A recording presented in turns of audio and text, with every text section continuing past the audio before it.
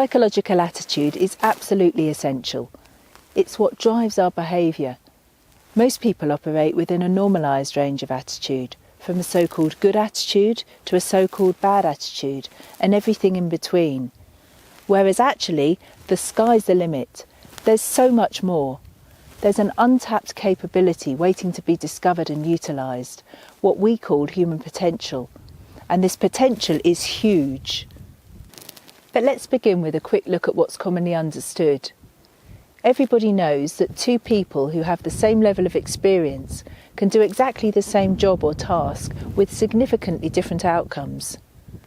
One person might be quicker, for example, than another, or work to higher standards, or be determined to overcome a difficult problem while someone else easily gives up. Why is this? It boils down to attitude. Some people, such as sports professionals, are beginning to recognise the benefits of having an improved attitude and how this can make the crucial difference between success and failure. But attitude is still hugely underestimated, even by those who already appreciate its importance. There's a common belief that behaviour is just human nature and that it's fixed. Some of what we do is involuntary behaviour, such as breathing, digestion, heart beating and so on. But the vast majority of our behaviour is voluntary.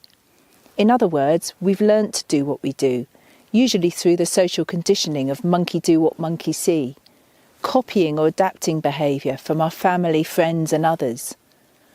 The good news is that whatever bad habits we've picked up from others can be unlearnt.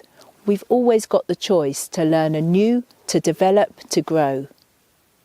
When we're referring to attitude, we're only doing so as a useful or quick description.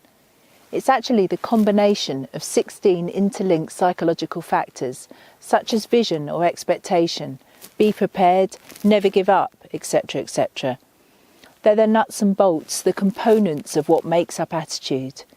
Each of these key factors can be used or not used to varying degrees, but mostly they're underused. The 16 key factors can be applied to all areas of life with massive benefits. Each key factor will significantly increase someone's capability, even more so when they're combined.